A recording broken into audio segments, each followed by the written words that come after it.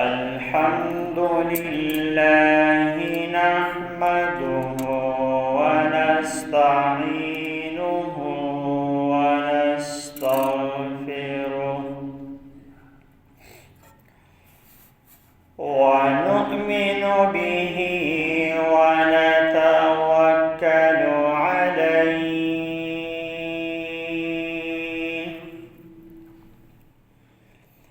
ونعوذ بالله من شرور أنفسنا ومن سيئات أعمالنا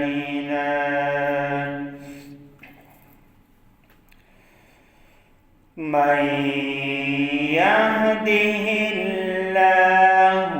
فلا مضل له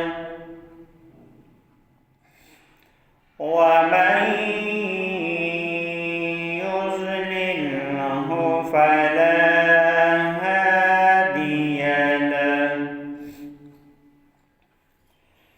وأشهد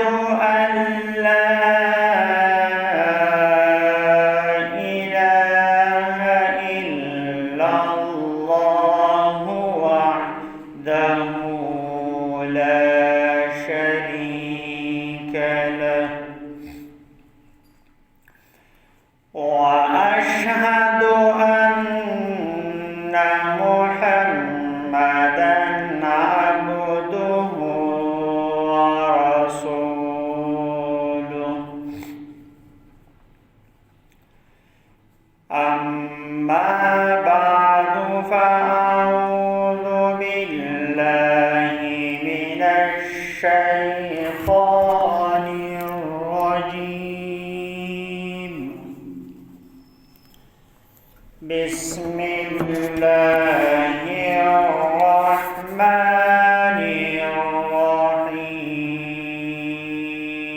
الرحيم وإذا ناديتم إلى الصلاة اتخذوها هزوا ولعبا قل أبالله وآياته ورسوله كنتم تستهزئون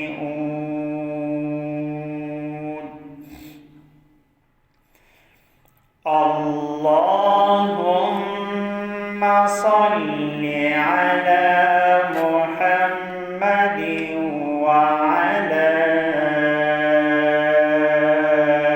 آل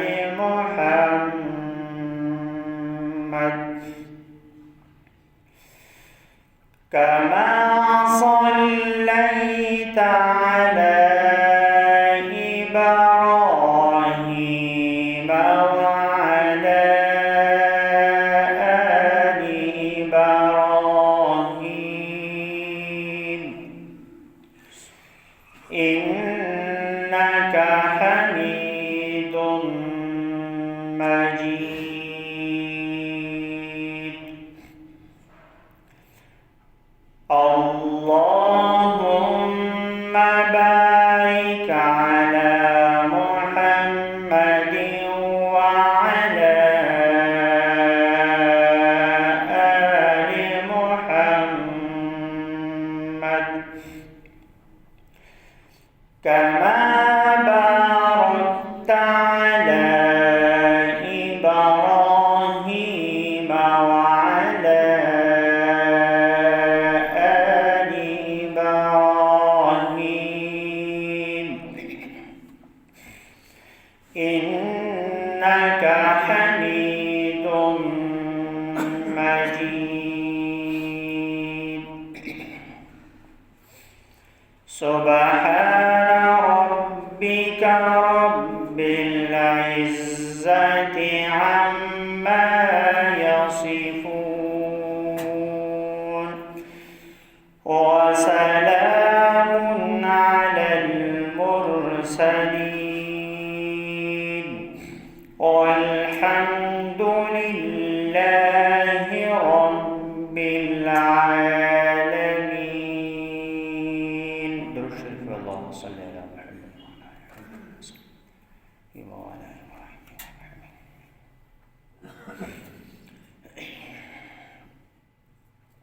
بیگا یو طالب علم یا پرون یو کس ماته یو ویډیو خوله چې باغې کې یو ځوان لګیا دی او په مانځه باندې ولاړ دی ګډا کوي، یعنی ګډېدل د مانځه په شکل کې کوي او بیا خندا کوي، مذاق کوي، نور لاسونه پړقوي. نن مې زړه کې راغله چې تاسو ته دا مسله لکه بیان کړم چې اسلام د خندا او د مذاق د دې څومره حد پورې اجازت ورکړی دی او د هغې څه احکامات دي او څه بنیادي مسله ده. عزیزانو، الله جل شانه انسان پیدا او د انسان هر ضرورت الله جل شانه برای راست په خپله پیدا کړو. لکه مثلا د اوبو انسان ته ضرورت و،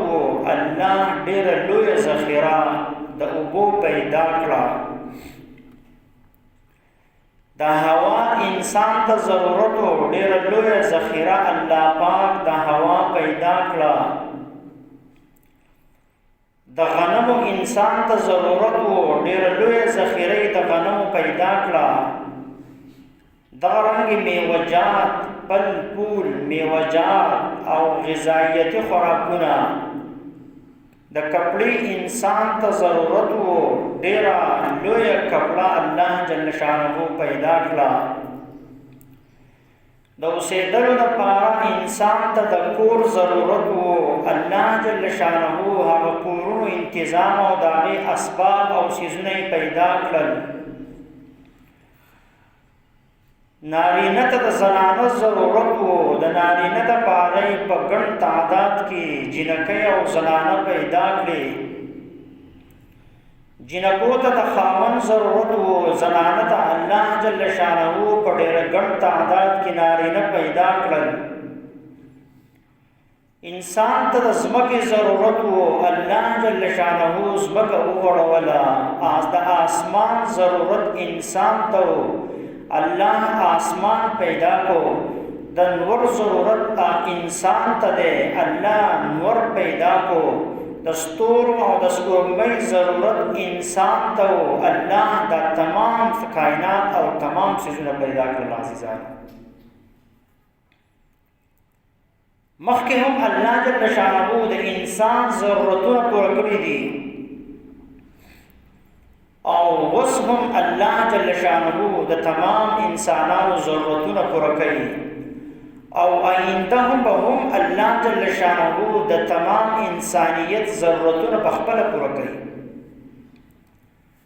بیا که چېرې د آخرت ضرورت چې هغه دین دی او په دین باندې چلیدل دي، نو اسلامی قوانین او اسلامی احکامات چې الله څومره مقرر کړل، دا ټول د انسان د مزاج موافق د انسان ته ضرورت و. څومره قوانین او احکامات الله انسان ته ورکړي دي، دا ټول د انسان د فطرت مطابق دي. غرض دا چې اسلام قانون مقرر کړی دی، نو هم د انسان د فطرت او د مزاج او د هغې پوره رعایت یې ساتلی دی. خوشحالي راشي نو اسلام هغه په یو منظم طریقې سره د هغې رعایت ساتلی دی. که غم راشي نو په یو ډېر بهترینه طریقې سره اسلام د هغې غم هم رعایت ساتلی دی. صحت وي نو د هغې هم اسلام قوانین ورکړي دي او د هغې رعایت د انسان د فطرت رعایت یې ساتلی دی. او که مرض وي نو هم الله جل شانه د انسان د فطرت خیال ساتي. بچپن وي نو بیا د انسان د فطرت خیال ساتي چې چلو لا دی پوره پوهه نه دی نو احکامات مې نه فرض کوم. بوډا شي د الله جل شانه د طرف نه ډېرې زیاتې نرمۍ د انسان سره پیدا شي او وجود کې راشي. غرض په هر حالت کې اسلام د انسان د مزاج عزیزانو خیال ساتلی دی. ګورئ د انسان په طبیعت کې کیل کود یعنی لبه کول دا د انسان ضرورتو الله د هغې اجازت ورکړو چې په تېره جمعه باندې تفصیلي بیان تاسو ته ما په هغې باندې وکړو. دا د انسان ضرورتو چې دی به منډه وهي داسې لبه انسان ته پکار ده چې په هغې سره د انسان وجود ورزش کوي ډېر چلن کوي چې دا خراب نه شي. نو د هغې انسان ته ضرورتو الله د لبې اجازت ورکړی دی. دغه رنګې د انسان په طبیعت کې دا خبره وه چې دته د ښکار ضرورت و ښکار یعنی مرغۍ ښکار کول او ځناور ښکار کول دا د انسان فطرت کې وه. د دې انسان ته ضرورت و نو الله د هغې اجازت هم ورکړی دی. صرف یوه موقع کې الله فرمایي لا تقتلوا الصید وانتم حرم چې تاسو په داسې حال کې ښکار مه کوئ چې د احرام په حالت کې د حج دپاره احرام مو تړلی دی نو بیا به تاسو یعنی ښکار نه کوئ او عام حالت کې تاسو ښکار کوئ. د انسان په طبیعت کې د چکر او د سیل کولو ضرورت و طبیعت غوښتل الله د هغې اجازت ورکړی دی. قل سیروا فی الارض الله وایي وګرځئ په ځمکه کې. وارض الله واسعه ځمکه د الله ډېره فراخه ده تاسو وګرځئ سیل وکئ چکر ووهئ او لاړ شئ بوټو ته او لاړ شئ ونو ته او لاړ شئ د الله ځمکه ډېره ښایسته ده نو سیل پکې ووهئ چونکې د دې انسان ته بنیادي ضرورت و نو ځکه الله اجازت ورکوي. دوستان عزیزان بالکل دغه رنګې د انسان په طبیعت کې دللګي او خوش طبعي او خاندل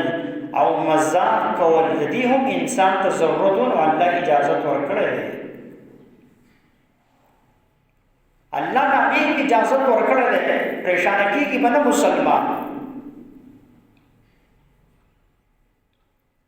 مزاح او ګپ شپ هم د انسان بنیادي ضرورت و او انسان دا خوښوي چې دی کله کله وخاندي.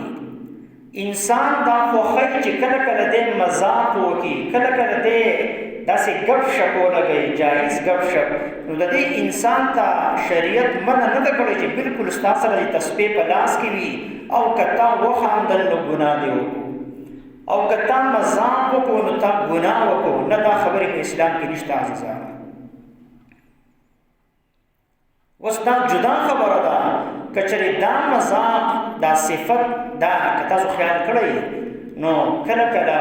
د مزاح دا صفت په یو انسان کې کم وي ډېر کم هغه ګپ شپ لګوي ډېر کم مزاح کوي او خاندي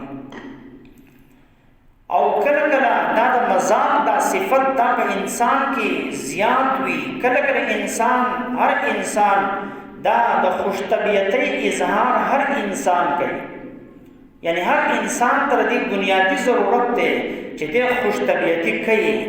خاص کر کله چې د خوش طبیعتۍ او د ګپ شپ ماحول وي د هغې دپاره مجلس ولوي نو په هغې کې انسان کله کله د هغې اظهار کوي. نو ما عرض کوو چې دا د الله جل شانه یو نعمت دی. خوش طبیعتي څه شی دی؟ د الله یو نعمت دی انسان دپاره. ځکه په دې سره د انسان غم چې دی غم دا یا ختم شي یا د انسان غم په خوش طبیعتۍ سره او مزاح سره د انسان غم هلکه شي کم شي د زړه او د دماغ نه د انسان بوج کم شي. دا داسې یو نعمت دی د الله پاک. څرنګه چې خاندل په انسان کې چې دا انسان خاندي دا خندل د الله جل شانه نعمت ته په انسان د پاره منتقرنګي خوش طبيعي هم د الله لوی نعمت ته انسان د پاره. نو مانس کو چې غب شپ مزاق کول د انسان فطرت ته، د انسان د فطرت لازمی حصہ ده. نو الله جل شانه دا اجازه ورکړه ده.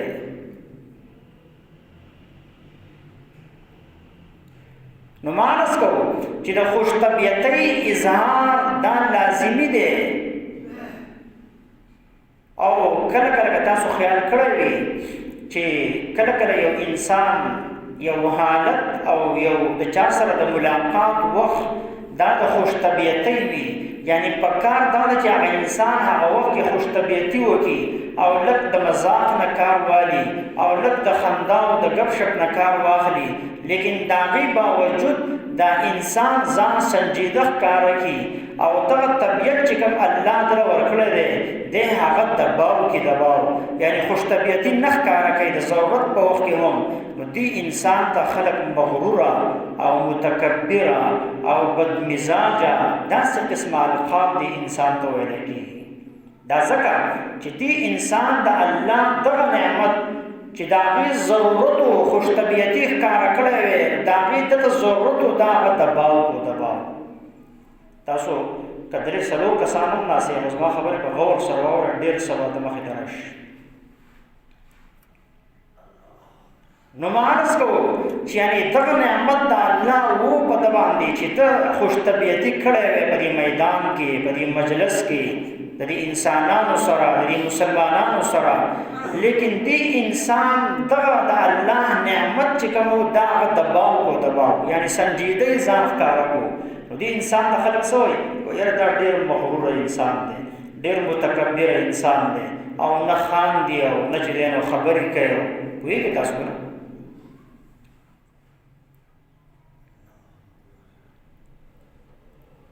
او مارس کو چې دا خوش طبیعتي او مزاح والا طبیعت د دغه انسان نه عام طور خلک د دنیا او د آخرت فائدې حاصلې عزیزانو. چې کله یو انسان دغه مزاج وي او کله چې یو انسان د ضرورت په وخت کې هم خوش طبیعتي نه ښکاره کوي، یعنې ځان سنجیده ښکاره کړي، دی خوش طبیعتي د الله دغه نعمت ښکاره کوي نه او خوش طبیعتي نه کوي، نو خلک د هغه دنیاوي یا دینی فایده نشي اخیستی. په دې باندې ځان پوه د دې انسان نه عام طور نه دینی فایده اخیستلی شي او نه دنیاوي فایده اخیستلی شي. چې کله یو انسان د الله دا نعمت چې دی که نه دا خوش طبیعتي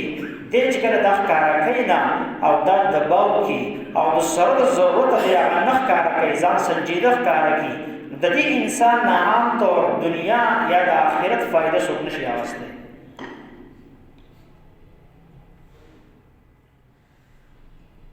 دا یو بنیادي ضرورت دی عزیزان، او خلک د دې انسان سره مانوس نه مانوس. که تاسو خیال کړئ کله چې د انسان طبیعت کې خوش طبیعتي وي، مزاح والا طبیعت وي، د هغه مزاق والا او خوش طبیعتي په انسان دماغ کې وي، نو دغه انسان ته بنسبت د بوټ انسان تاسو پېژنئ که نه چې هر وخت په تندي باندې 12 بجه بنسبت د هغې سړي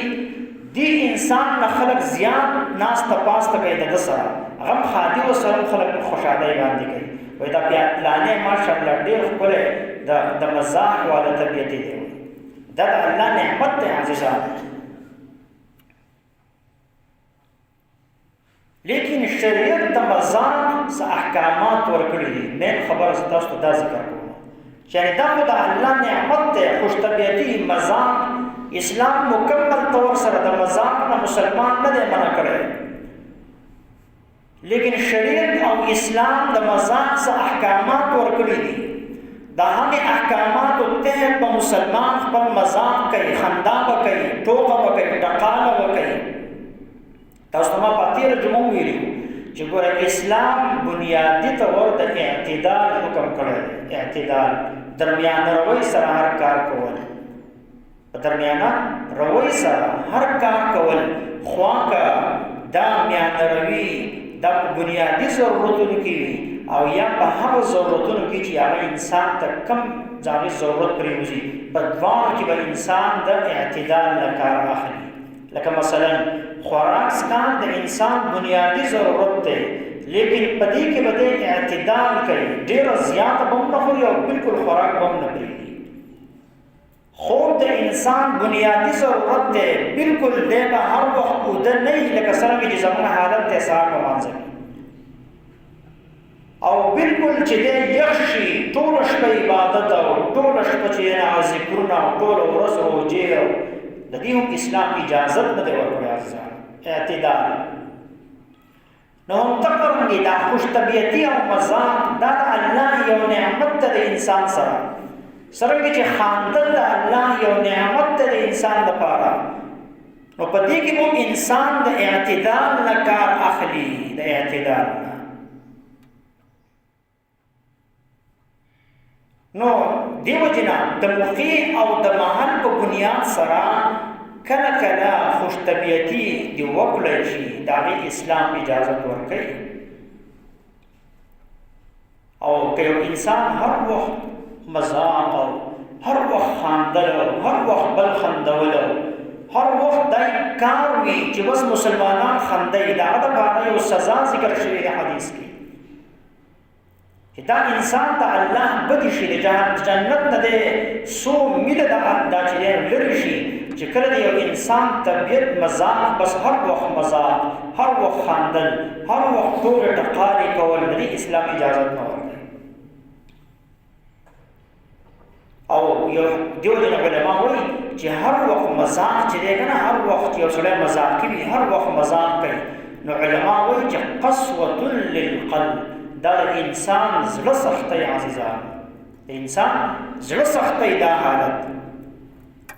او ویشغل عن ذکر الله، دا الله د ذکر نه انسان غفلت کې اچي. والفکر عن مهمات الدین، او د دین د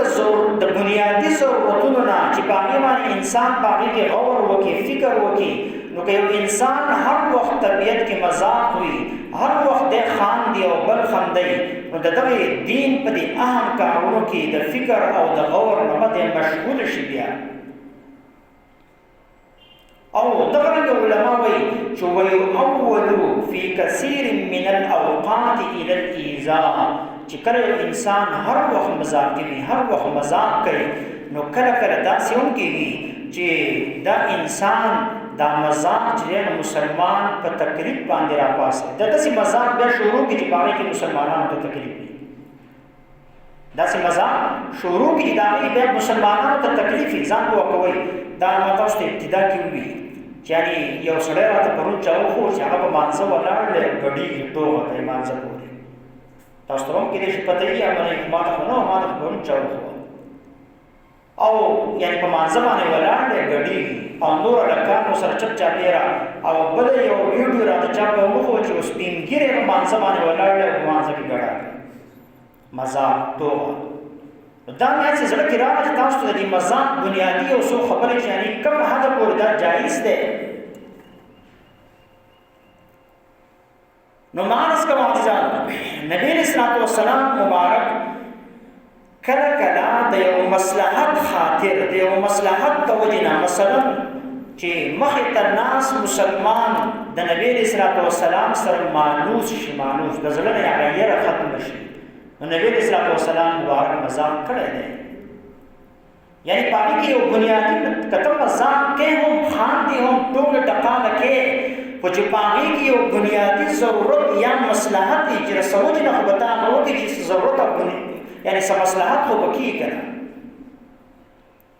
نو کله کله صحابو د ځان سره د عادت کولو دپاره، د مانوس کولو دپاره، دې دپاره چې نبی علیه السلام مبارک صحابه د نبی علیه السلام نه دین واخلي او د یو له هغه یړې ختمه شي، نو نبی علیه السلام مبارک کله کله د صحابو سره خوش طبیعتي کړې ده عزیزان. او دا سنت دی، علما وایي دا سنت مؤکد خو نه دی، یعنی خو مستحب دی، یعنی سنت مستحب دی چې کله کله د انسان خیر دی خوش طبیعتي ښکاره کړي کله کله. ته وي ځکه چې په داسې کولو سره خلک به ستا سره مانوس نو ستا نه به خلک دنیاوي یا دیني فایده اخلي په اسانۍ سره. بعضې وخت کې زه د هلکان ما سره ناستي نو هغې زما نه داسې سوال وکړي او داسې تپوس وکړي که چېرې هغه د یو عام سړي نه وشي نو هغه به ورته غوسه شي چې ته کم سے کم زما نه د مشرۍ یا کم سے کم زما د دې مرتبې یا د دې خو خیال ساته که نه دومره غلطه خبره ته زما نه تپوس کوي. لیکن د الله په فضل سره د ځوانانو ته خاص کر پته ده مشران خو خیر ما ناسي خواله نه راځي. زما په خیال چې به د شپږ اووه کاله کې هېڅ چا ما ته نه مونځ اورولی دی نه د ذکر نه چې چا ما نه داسې بنیادي مسله معلومه کړې ده او بس دغه ماشومان دم ته راوړي نور څه نشته او دم باندې راځي نه چې ماشومان دم کړم مسله څوک معلومه نه. نو دا هلکان کله کله ما ته تپوس کوي ما ته وایي یاره جي موږ ستا نه داسې مسله تپوس وکړو چې هغه که موږ ویږ چې په ذهن کې زموږ دا خبر وه چې دی به قار شي نه دا خو ستاسو بنیادي ضرورت دی مانوس چې ما سره یاره د زړه نه ختم کوي. او تاسو ته پته ده د نبی علیه الصلاة والسلام مبارک صفت ده قرآن کې الله وایي چې فبما رحمة من الله لنت لهم چې د الله رحم دی او د الله د رحمت د وجې نه تر دې صحابو سره نرم شوي ولو كنت فظا غلیظ القلب لانفضوا من حولک که ته سخت مزاجه وې سخت دله وې سخت زړه وې نو دا ټول صحابه به ستا رخوا نه تلي دا ټول صحابه به ستا رخوا نه تلي. دا خو ستا طبیعت کې نرمي ده نو ځکه دا صحابه ستا خوا ته راځي ستا سره ناست پاست دي عزیزان. نو ما زده کړو چې اسلام او بنیادي طور شریعت د مذاق څه احکامات ورکړي لکه مثلا کچري مذاق نه د یو قوم یا د یو فرد د یو سړي تذلیل او د هغه تحقیر مقصد وي چې یعنی یو قوم ذلیل کم مذاق خندا پورې وکم یا د یو فرد یا د یو قوم ته تکلیف ورکم نو دا مذاق بیا حرام او ناجایز دی عزیزان. دا مذاق بیا څه دی دا بیا حرام او ناجایز دی بلکې دې ته مذاق نه وایي بیا دې ته عربی کې استهزاء وایي استهزاء بلکې دې ته عربی کې قرآن کې الله جل شانه تمسخر وایي تمسخر لکه دا غي مثال قرآن کې شته چې یا ایها الذین آمنوا لا يسخر قوم من قوم لا يسخر قوم من قوم چې یو قوم دې بل قوم پورې داسې مذاق نه کوي چې باغې سره هغې د تکلیف ورسي. همیشه پر دا مسله یاد ساتئ که یو مذاق یو خندا ټوغه ټقاله دا داسې وه چې په هغې سره یو انسان ته تکلیف رسول مقصد په هغې سره د یو قوم ته تکلیف رسول مقصد وي د یو قوم سپکې او د هغې کموالی بیانول مقصد وي دې ته بیا مذاق نه وایي اسلام د دې اجازت نه ورکوي دې ته مزاح نه ویلی کېږي بلکې دې ته تمسخر ویلی کېږي دا ناجایز او حرام دی دا ناجایز او حرام دی عزیزان. دویمه خبره ده چې کله یو انسان مذاق کوي مزاح کوي مذاق او دې خاندي ټوغه ټقاله کوي نو په دې مذاق کې دا مسله ضروري ده چې په هغې کې دروغ شامل نه وي دروغ پکې شامل نه وي چې دې په هغې کې رښتیا وایي ورنه که یو انسان په دې اعتبار سره ټوغه ټقاله کوي چې په هغې کې دروغ شامل وي نو دا بیا حرام او ناجایز ده ځکه دروغ که یو سړی ریل کې دروغ وایي نو دا چې هغه ناجایز دي او که یو سړی ټوغه ټقاله کې دروغ وایي بیا ناجایز دي. یو صحابي د نبی علیه السلام مبارک نه تپوس کوي مشکات شریف کې حدیث دی وی تداعبنا یا رسول الله ای د الله رسوله ته موږ سره ټوغې ټقالې کې یعنی موږ سره ته خوشطبي کې ځکه چې نبی اسلام تاسو ته ما ووي چې د صحابو سره به کله کله خوشطبي او ټوغه ټقاله کوله نو صحابي تپوس کوي تداعبنا یا رسول الله ای د الله رسوله ته موږ سره ټوغې ټقالې کې یعنی مطلب دا نه ته خو پیغمبر یې نبی اسلام مبارک عجیبه خبر ورکړه وی فرمایل انی لا اقول الا حقا وی ذکر تاسو سره ټوغه ټقاله هم کوم زه سوا د حق نه نور څه نه یم سوا د حق نه بله خبره نه کوم تاسو ځان کوه کوئ دا به تاسو ته ابتدا کې وي چې یو ځوان دی هغه مانځه کې ګډېږي خاندي ټوکې ټقالې کوي نو بنیادي دا مسله تاسو ځکه نن بیان پرون راته چا وښوه طالب علم وی که زه نبي اسلام مبارک فرمایل چې تاسو سره ټوکې ټقالې کومه لیکن لا اقول الا حقا چې زما د خولې نه که یو خبره وزیم نو هغه صحیح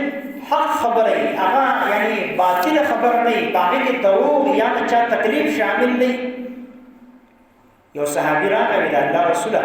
وی ما له یو اوښ راکړه په سفر باندې زما نبي اسلام مبارک ورته وي وی هلکه اوښ خو دغه دی وی د اوښ بچی به درله درکړم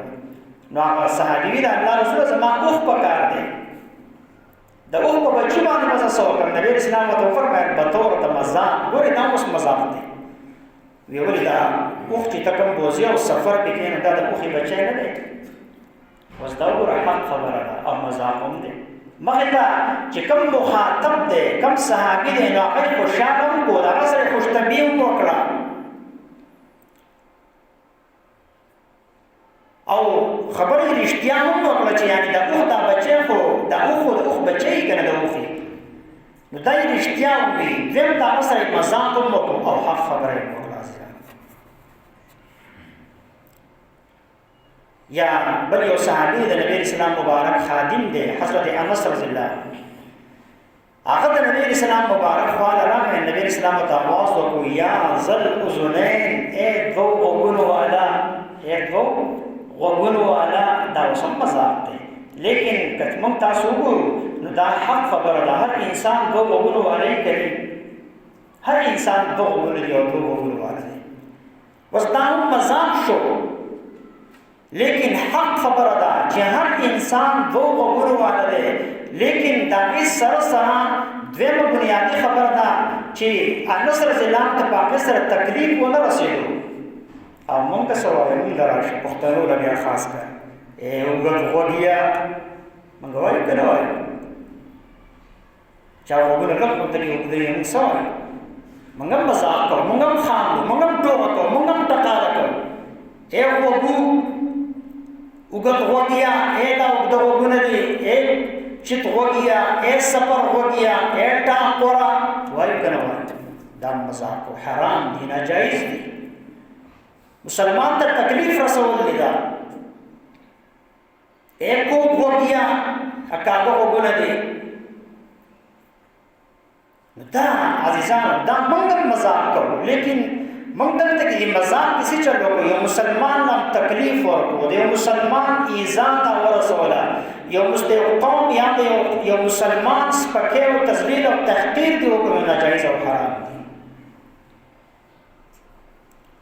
نبی اسلام والسلام مبارک صاحب مذاق هم کوو لیکن هغه به حق خبره وه د یو قوم سپکوالی یا ته یو زنانه راغله او بوډۍ صحابي ده مسلم شریف کې حدیث دی نو هغې نبی اسلام ته جنت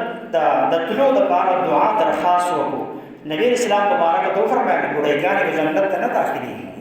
نو هغه خفه شوه د الله رسوله دا خو ما اسلام راوړی دی څنګه به زه بوډۍ به جنت ته داخلېږي نو ته به هلته بوډۍ نه یې که نه جنت ته داخلېږي خو بیا به ستا 33 سال یا بعض علما وایي چې 30 سال عمر به دی که نه بوډۍ خو به نه یي دا وګوره مذاق یې هم وکړو لیکن حقیقت یې هم ووي او صحابیې خوشحاله هم کړه د هغې سره یې ټوکه هم وکړه هغې ځان سره مانوسه هم کړه او حق خبره یې هم وکړه او د یو قوم یا د یو فرد تکلیف هم ونه رسېدو یو صحابي و د نبی اسلام ظاهر نوم یې ظاهر نو هغه د بانډې اوسېدونکی و نو چې کله د نبی اسلام مبارک خواته راتلو نو هغه به د نبی اسلام له د باندې چې کوم سوغات وي سابه شو یا باندې کې چې کوم څیزونه پیدا کېږي یعنې پټو وغیره کې نو هغه به نبی اسلام له راوړل او نبی اسلام به هغه د مدینې د خاص څیزونه به هغه له ورکول یو پیره دی راغی نبی اسلام مبارک په طور د مذاق وفرمایل وی ظاهر زمون باندې ده او موږ د هغه ښاري ظاهر زمون باندې ده او موږ د هغه ښاري دی مذاق وکړو لیکن د یو قوم ته تکلیف یا د یو مسلمان ایذا رسول مقصد نه دی عزیزانو پوهېږئ په خبره باندې مذاق یې هم وکړو مگر ایذا او تکلیف یو مسلمان ته ونه رسو چې هغه سره مسلمان ته ایذا او تکلیف ورسي. نو مارس ابتدا کې تاسو دا وکړو چې مسلمان به مذاق کوي، دی به خاندي، دا بنیادی ضرورت دی د انسان. هر وخت انسان ګډ باټه نشي کېناستی، لیکن په حق کې دنده د اسلام د قوانینو موافق دا غیر خلاف نه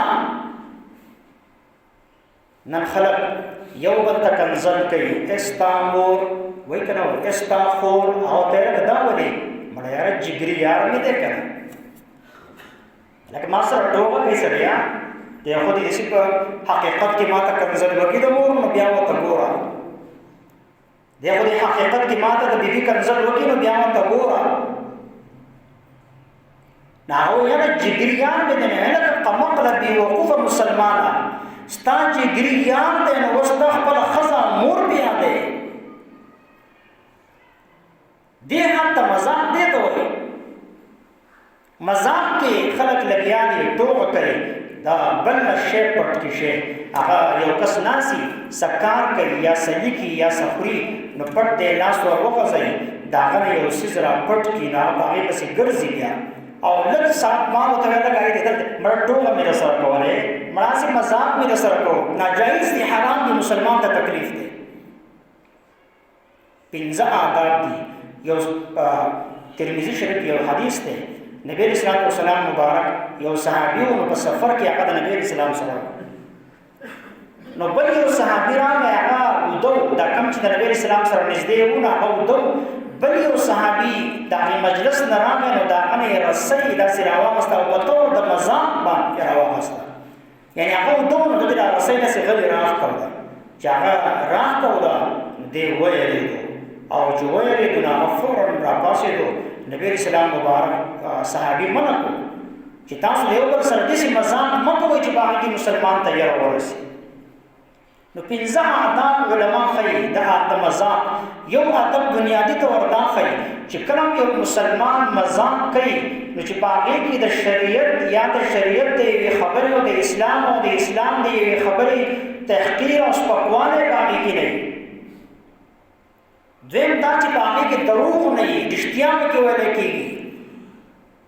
او دریم دا چې په هغې کې یو انسان یرول یا چا ته تکلیف رسول دا پکې مقصد نه وي. او دریم او څلورم دا چې د مسلمان تحقیر یا د یو قوم سپکوالی او تحقیر پکې نه وي. او پنځم دا چې د یو قوم یا د یو فرد عیب پکې نه بیانېږي. دا مذاق بیا جایز دی. او که د دې نه خلاف لاړ شي بیا به بعض ما تاسو ته دغه حدیث وي چې یعنې دغه صحابي چې کله هغه رسۍ ترې راښکوله نو هغه ویلېدو نبي اسلام مبارک سخت غوسه شوي تاسو داسې مذاق یو بل سره مه کوئ چې په هغې سره مسلمان ته تکلیف ورسي. بعض وخت یو سړی ناسي نو هغه د غلې غونډه کې د بهر نه راشي غپ تاسو اورېدلي که نه تاسو د پښتنو معاشره ښیله چې دا اسلام ناجایز وایي هغه تا ویل یاره ما ټوکه مې درسره کوله وایي که نه وایي اصل مذاق مې درسره کوم ما اصل مذاق کې مې باندې غوږ وکړو اصل مذاق کې مې ما اچانک راننوتم. اسلام د یو د چا ځای ته اچانک ننوتونه منع کوي. درې پېرې سلام وکړه اسلام وایي. مخکې تاسو ته ما وایي من تفصیلي بیان کړو آداب د میلاوېدو نو د هغې اسلام ډالۍ په ډالۍ که بچا باندې ننوتل ډالۍ په ډالۍ که بچا باندې بیا خاص کر یو خو د دغه غلطي وکړه چې اچانک ننوتي او دویمه دا غلطي کوي چې غوږ یا چې نه بل څه داسې ټپ ټوپ یا داسې قسمه الفاظ د بعض بېوقوفه وایي نو د هغې سره د هغه تکلیف ورسوي.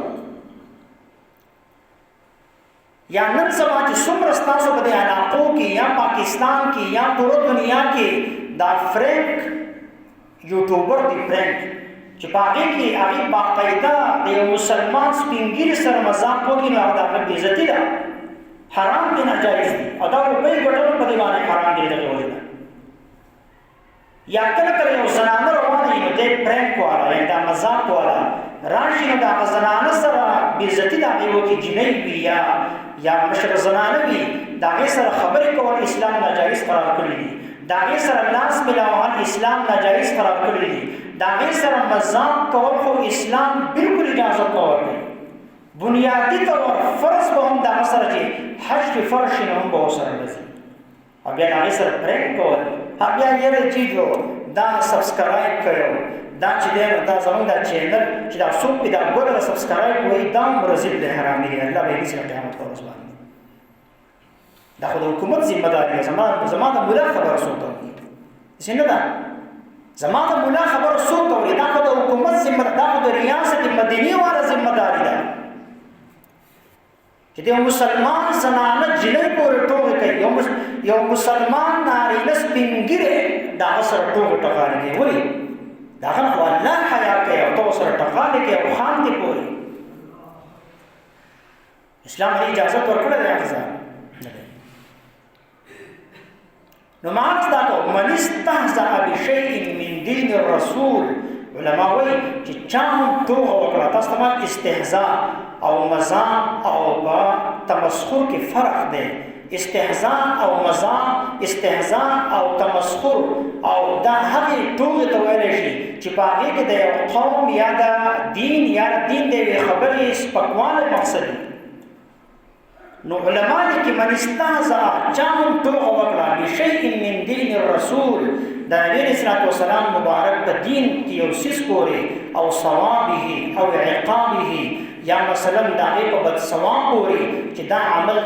دومره ثواب برته ملال شي او کدا عمل دی وکړو جهنم ته ولاړ شي کچره دا په سزا پورې یو سړی خندا او ټوګه وکړه فهو کفر علماء وایي دا سړی کفر وکړ دا سړی کافر دی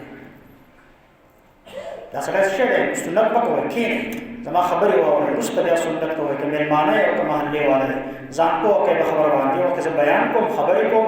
کینه یو مسله زده کوي یو خبره زده کوي اوس په بیا سنت کوي ځان نو معنی دا کو چې دا دین په یو خبر پورې باغې پورې خندا او ټوټ ټکاله دا کفر دی دی مسلمان کفر وکړو کفر او په دې سره علماء وایي چې کله هم انسان داسې وکړي د نکاح تازه کې نکاح دوباره وکړي که ښځه ده د نکاح دوباره وکړي او کچري د مسلمان دی مسواک پورې خاندل مسواک پورې انسان پر اسلام نه وځي په ګیر پورې خندا کول ګیر پورې ټوګه کول ټوګه ما ته مخکې تاسو ته ما غالبا چې ویلو یا مې نو ویلي یو سړی ما ته یو کس خبره کوله ما نه پیژاندم مې دا څوک دی بیا قبلانه چې ما یې نه پیژنم په مړه د پودینی ګړې په شان ګرځي شي د پودینی د ګړې په شان یعنی د پودینی د ګړې داسې راوړل کړي داسې لکه هم تکیه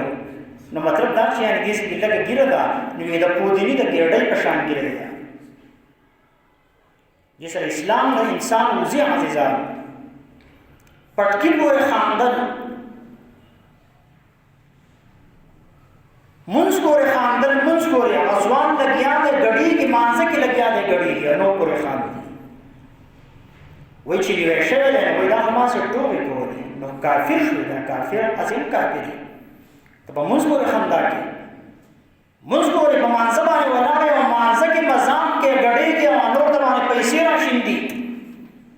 تاسو چې تاسو ته چغې وکړه چغې چې دا خپل بچی دی دا خپل بچی دا د علماء سره کېنوي کنه قسم په خدای بل طرف ته روان دي زمون خپل بچی درکوي ما نږدې به موږ سره خپل اولاد لکه عقل به پکې مونږ پیدا کړل الله او فضل سره نو موږ پر خندا انور په انور لګیا دي پیسې بشین دي آباد وخت خان دي د خدای یو نشته دا ګناه کوي هغه موږ عزیزانو هغه موږ چې پاګه کې هغه د نبی صلی الله علیه وسلم مبارک په شپږ ګنټې په مانځه ولاړو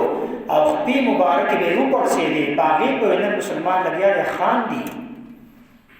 نن مسلمان د مزاق په مانځه پورې کوي دا مونږ خپل د مزاق سیس ګرځول دي هغه مونږ چې نبی صلی الله علیه وسلم مبارک الله چې وتورکو عرش ته راوښتو عرش ته الله چې ورته مونږ ورکو الله چرته راوښتو عرش ته نبی اسلام مبارک راوښت هغه مونږ چې معراج المؤمن دی د مسلمان معراج دی هغه مونږ چې نبی اسلام مبارک سترګو یخواله پکيو نو مسلمان څه کوي نن تاسو ته معلومه چې یو ځوان نه دی یو بوډا به دومره غلی دی یو سپینګر بوډا دی نو هغه په مانځه باندې ولاړ دی او هغه دی ګډېږي او دا هغه خوځوي راخوځوي دا څه ورته وایي دا وچ رزیل اوس د تا خو خپې په قبر کې هغه مشران مطلب دی اوس تا خو خپې په قبر کې دي بدبخته نو ته په مانځه پورې خان دي ته په مانځه پورې مذاق کې ټوکې کې نو مال زده کوو عاجزانو چې ګوره خپل مذاق په کنټرول کې کوي ګوره مسلمانانو په دین پورې مذاق مه کوئ نه نو عمل خو ستا اصل هم نشته او ایمان به دې ولاړ شي تباه او برباد شي که نه منع کېږي نه منع کېږي بدماشي رزیلي د الله دشمني په دین پورې ټوکې کې عالم پورې خاندي مذاق کې جماعت پورې خاندي مذاق کې قسم په خدای ایمان عمل خو ستا شته او ایمان به دې ولاړ شي سبق تاسو حدیث نه دی اورېدلی د نبي اسلام مبارک چې داسې وخت به راشي زما په امت باندې چې سحر به سړی مسلمان او ماښام به کافر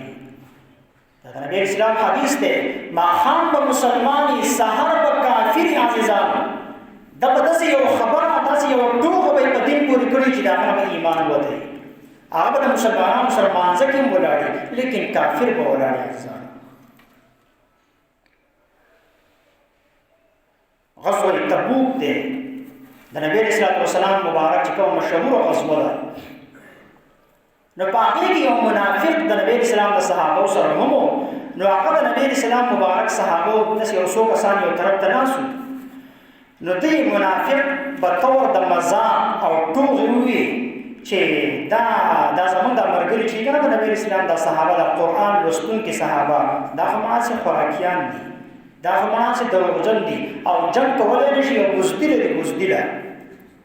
یو صحابي راغی فورا نبی اسلام مبارک ته وویل په نبی اسلام مبارک باندې دا آیت نازل شو چې دی وایي انما كنا نخوض ونلعب چې بیا چې کله نبی اسلام دی راوغوښتو وی دا خو ماسې ټوکې کولې د الله رسوله مذاق مې کوو نو الله وی انما كنا نخوض ونلعب وی دی وایي چې موږ هسې ټوکې کوو موږ هسې مذاق کوو وی یقل بالله وآیاته ورسوله کنتم تستهزئون بدبخت ته په الله پورې ټوکې کې بدبخت ته د الله په آیاتونو پورې ټوکې کې بدبخت ته د الله په رسول پورې لګیایي مذاق کې او ټوکې کې مذاق خپل حق دی هغې کې اوسئ چې ما ابتدا کې تاسو ته ووایي یاد ساتئ چې واضح طور سره یعنی په وضاحت سره دا شامل فتوا ده چې په وضاحت سره کله هم یو انسان د دین په سکه پورې وخندا وکړه لکه په میدان کې چې د غزوان لګیا دی ولاړ دی لمونځ کوي او ګډېږي دی کافر شو دی اسلام نه ووت دا فتوا ده شامل زموږ د علماو او که چې په وضاحت سره یو انسان د دین په یو خبر پورې خندا ونه کړه هسې اشاره یې وکړه لکه مثلا چا چې قرآن تلاوت کوو د په اشاره کې یو بل ته وایي لکه دا بدبخت اوسم په معاشره کې ډېر وي که نه یو بل ته داسې وګوري وایي پوهېږې دا شونډه داسې یا دا الله ستاسې وګوره اشاره سره یې وکړه ګناه کبیره یې وکړه د ایمان خطرې د علماو او دا د کافرو صفتو د کافرو قرآن کې الله وایي چې دې کله به نبی اسلام مبارک صحابه به ناسو او نبی اسلام مبارک به ناسو دین به خو او دا کافر به داسې تېرېدل نو الله وایي وإذا مروا بهم یتغامزون وإذا مروا بهم یتغامزون وایي چې کله دې به نبی اسلام او صحابو په یو خوا باندې تېرېږي نو یو بل له اشارې ورکوي وایي دا وایي دا دې ځان ته وایي چې جنت ته به ځم دا وګوره دا څه دی دا څه دی دا قوم څه دی او دا څه حیثیت دی او مال ورسره نشته او هغه ورسره نشته دا سره ته دې هم ځان ته وایي جنتي یم دې هم ځان ته وایي تبلیغي یم مړه دې ته وګورئ دا دې هم ځان ته وایي چې ملا یم دا مه کوئ ایمان به خلاص شي عزیزان دا د کافرو صفت دی مذاق کوو د حق کې دننه کوو د هغې نه چې دی نو بهر مه وځه عزیزانو او تاسو ته وضاحت سره وویل قرآن کې آیت دی الله فرمایي ان اذا سمعتم بآیات الله یکفر بها ويستهزأ بها فلا تقعدوا معهم حتى يخوضوا في حديث غيره اے مسلمانانو کچره تاسو ولیدل چې یو قوم یو فرد یو ځوان په میدان کې لګیا دی مانځه کې ګډېږي خندا کوي ټوغه کوي الله وایي مه کښېنئ ورسره ته خو دې پیسې شیندې هغه په مانځه باندې ولاړ دی ګډېږي نو ته خو دې روپۍ شیندې الله وایي مه کښېنئ ورسره چې کله تا ولیدل من اذا سمعتم چې کله تا واورېدل بآیات الله یکفر بها د الله په آیاتونو پورې ټوغه کېده د الله په دین پورې ټوغه کېده د الله په شریعت او په اسلام او پیغمبر او پټکي او قرآن او طالب علم او عالم او حافظ پورې خندا کېده الله وایي مه کښېنه ورسره فلا تقعدوا معهم حتى يخوضوا في حديث غيره تر دې چې نور خبرې شروع کړي بیا ورسره خیر دی کېده او کتل نه قلاږي ځکه چې زمون په معاشره کې داسې خلک شته کنه چې هغه الله ته مټې رانغاړي نو الله وایي که ما ته مټې رانغاړي او زما دا خبره نه مني مسلمانان انکم اذا مثلهم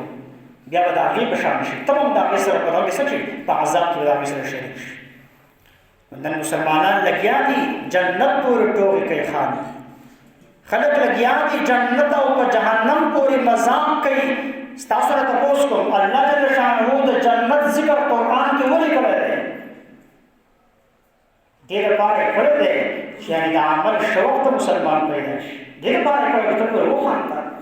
دې لپاره یې کړی چې جنت پورې مذاق وکړه د جهنم ذکر الله قرآن کې څه لپاره کړی دی دې لپاره یې کړی دی چې ستا لږ یره پیدا شي او نیک عمل وکړي د نافرمانۍ نه ځان راوساتي او نن مسلمان لګیا دی باغې پورې خاندي جنت پورې خاندي لګیا دی مونځ پورې خاندي لګیا دی قرآن پورې خاندي مخکې ما تاسو ته ویلو دلته ما یو ځل دعا کوله دعا یو ختم و دعا مې کوله نو ما ته چا ویل چې بهر کورونو کې یو زنانه یو جنۍ خاندل چې دا دې څه وایي دعا پورې نن مسلمان لګیا دی خاندي مذاق کوي او ستاسو نه تپوس کوم دا مسلمان پر دینیاتو پورې دا ټوکې ولې کوي د ملک وزیر اعظم پورې به ته مذاق او ټوکې وکړې د پاکستان په یو دفعې پورې د پاکستان د یو قانون ټوکه او مذاق به ته وړاندې څه چل سره کوي په الله پورې نن مسلمان ولې لګیا دی ټوکې کوي په مانځه پورې نن مسلمان ولې لګیا دی ټوکې کوي عزیزان قرآن پورې مسلمان ولې مذاق کوي خاندي په دین پورې مسلمان ولې دا زه وخیم چې ولې دا ولې جواب وزر کوم دا ځکه چې دا سپک دي زموږ په نظر کې ځکه دا الله ستا په نظر کې قدر نشته ځکه پورې خاندي په قرآن ستا په نظر کې قدر نشته مسلمانانو ځکه پورې لګیا او خندا پورې کوي دغه وجه نور څه نشته د مانځه ستا په کې احترام او قدر نشته نو ځکه پورې خاندي مسلمانان لګیا ورته د خانداني سره پورې خندا وکړه چې پوره خانداني یو دغه وجه ده او دویمه بنیادي وجه دا ده چې یعنې که یو خانداني سره پورې تا خندا او مذاق وکړو د هغه ټول قوم دغه سره راپاسي داسې ده که نه ده لیکن که په الله پورې وکړې څوک راپاسي د الله خو څوک نشته که نه نو ځکه الله بې څوکه خو دنیا کې ګورئ وروسته نه ستا په نظر کې الله بې څوکه او ستا په نظر کې د مانځه او پیغمبر بې څوکه او ځکه دې پورې خندا کوله بهرحال دا وخت ختم شو دا عزیزان دا ټول تاسو ملګري تاسو ناسې دا خپل لږې عزم وکړئ چې چلو زما هسې هم نیک عملونه نشته د دین په یو خندا پورې ټوغه ټقاله یا د دین په یو خندا پورې مذاق دا دې هغه شی تاسو ځان ساتو الله تبارک وتعالی تمام مسلمانان